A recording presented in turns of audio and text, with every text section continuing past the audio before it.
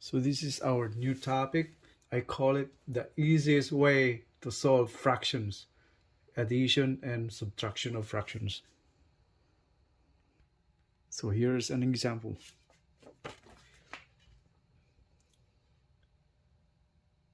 Two-thirds plus 3/5. Okay. The usual way to solve that is by getting the LCD, least common denominator. But the easiest way to do that, I don't need the LCD. All I have to do is this. The pattern is like this. So this right here, it's pattern like that. That's x, it's multiply, and pattern like this again, and this again, it's multiply, and this again, multiply. So the x right here stands for multiplication. The pattern is arrow there, multiply, arrow there, multiply, it's an x, and then the bottom horizontal line with the arrow on the right, it's all multiplication. All you have to do is multiply. So let's do that. The denominator is 5, numerator is 2, 5 times 2 is 10. Then plus the arrow and the line going diagonally top right, multiplying these two, denominator 3, numerator 3, 3 times 3 is 9. And then all over the division bar. And then the third process is this horizontal with arrow to the right. It's x again, that means multiplication. So that means multiply the denominators.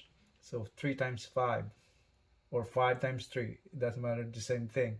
So that's 15. And now all you have to do is proceed to normal addition. So 10 plus 9, it's 19 divided by 15. Now, since the numerator is larger than the denominator, you have to reduce it to simplest term, or you simplify. Okay, so let's do that. Do you know how to simplify? If not, whenever you see the numerator is higher than the denominator, you have to simplify. So how to simplify that? By actually dividing those numbers. So that's 19 divided by 15. So 1 times 15 is 15. And then 19 minus 15 is 4. So the answer is 1, right? 1 and 4 15 and 4 15. So the answer is 1 and 4 15th. That's the answer. So we have another example over here. So 3/8 minus 1/7.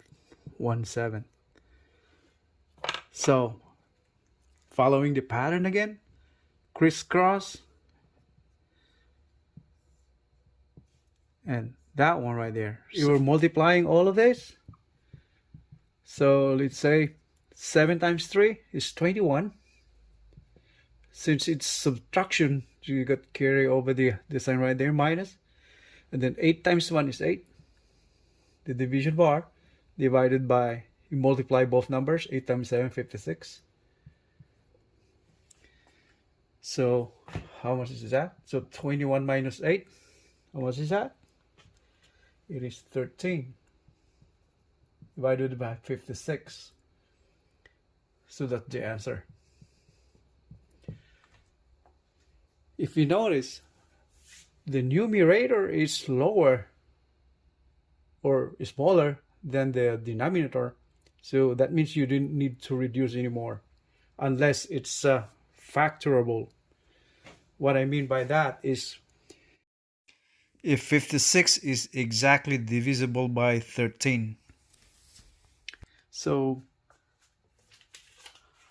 what I mean with those perfect factors, if this were 13 divided by let's say 52, how many 13s you get to make it 52? Is it 4? 4 13s? So that means if you do that, so 13 times 4, 4 times 3, 12, carry 1. So that's exactly 52. That means you can reduce this one still. So would you reduce? That's 4 times. So that means 13 and 52. 13 is 1/4 of 52. 1/4. Exactly 1/4. Got it? Because if you multiply 13 times 4, the product would be 52. Exactly 52. So the other way to answer this question right here, let's take it down over here. Here. So 13 divided by 52. So the other way to do that is divide this numerator, divide by 13, the denominator divided by 13 the same way. So 13 divided by 13 is 1, and then 52 divided by 13 is 4. So that's how I arrive at that answer, 1/4. Okay? So to recap what we have learned today, or the summary, it starts here. When you see the numerator is higher than the denominator, whether or not it's addition or subtraction, you have to reduce your answer into its lowest term. What I mean by that is you divide it, the numerator divided by the denominator. So like this one in the first example, 19 divided by 15, yeah, it's divisible by 15, so you have to reduce it.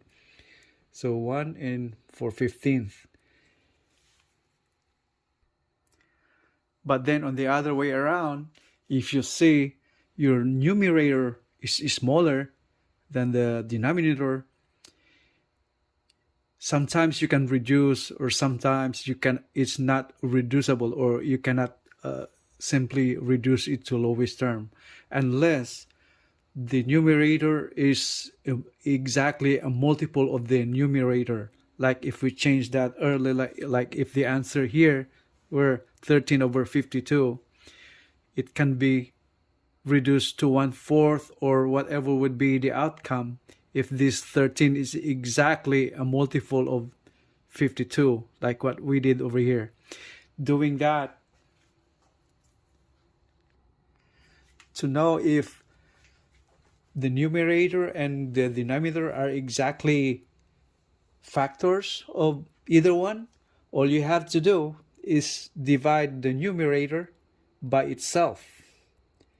Like here, 13 divided by 13. And the same way, the denominator divided by the numerator. So whatever the outcome will be, if this is exactly divisible by those, that means you can still simplify. How about the other example for that one? Let's say if it were your answer, like right from there is like earlier. So the exact answer was 13 divided by 56. If you divide that by 13, the numerator by 13, you have to divide the same number, 13, the denominator. So 13 divided by 13 is 1, and 56 divided by 13 would not be an exact multiple of 13. So let's say how did I say that? How did I know? So to do that is 56 divided by 13. So if I multiply 4 times 13, 4 times 3, 12. 4 times 1 is 4 plus 1 is 52. So there's a remainder of 4 right there. So what I mean by that, there's a remainder right there. That means it is not a perfect factor. So I can give you another example. For example, the answer there is 8 and 37. 837. Can you still reduce this? The only way to know that is you divide by the numerator by itself, and then the same way with the denominator. So what you do, 8 divided by 8 is 1. And now the denominator, is that exactly factor of 37? Let's find out. If you divide 37 divided by 8, how much is that? 8 times 4, that is 32. So there's a remainder of 5. Whenever you see a remainder, that means that that is not a perfect factor of that number. So 8 is not a perfect factor of 37. So that means you cannot reduce that anymore. So your answer should always be whatever is here, so that it should be just 837. That should be your answer. There's no way you can reduce that anymore. So that's the answer. You don't need it. Yeah. All right.